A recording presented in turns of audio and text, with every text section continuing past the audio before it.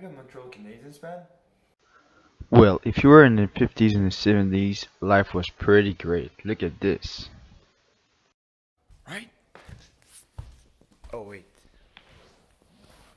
if Habs were good, means that being a Maple Leaf fan would suck, right? Absolutely it does. In fact, they needed to find an excuse to discredit the Habs from their success, so, well, they did. So they just said for decades that the Montreal Canadiens had an unfair advantage on acquiring French Canadian players, which is just not true. This myth still goes on today. Canadians cheated back in the day to get Richard and Belleville. They should not have all those cups. In this video, I show you why this is bullshit. Alright, so first a little history. This is how the six NHL teams were acquiring players back in the day, so from the 30s through the 60s. They sponsored junior teams around North America to make them their affiliates. Players from the junior teams region will then be a part of the NHL team system. In 1946, Frank Selke became general manager of the Canadiens.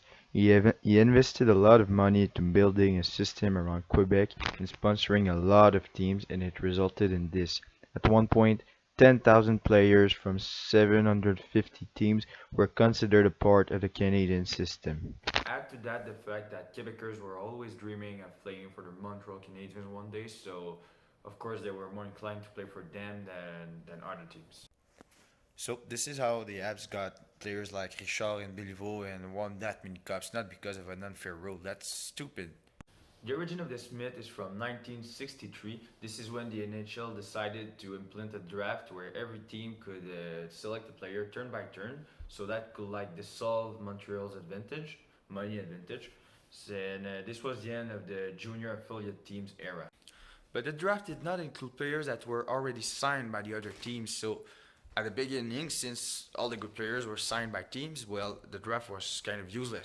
Since Montreal was a team that would lose the most to the rule, they implemented a compensation called the French Canadian rule. So Montreal could choose like the other teams, turn by turn, or they could choose the two best Quebecers out of the draft. You might think it's unfair, but remember, all the good players were gone. In fact, not one team was opposed to it because they did not even care. In fact, the Montreal Canadiens did not use the rule from 1963 to 1967. They only used it two times, in 1968 and in 1969, selecting Michel Place, Roger Bellil, Régent Houle, and Marc Tardif.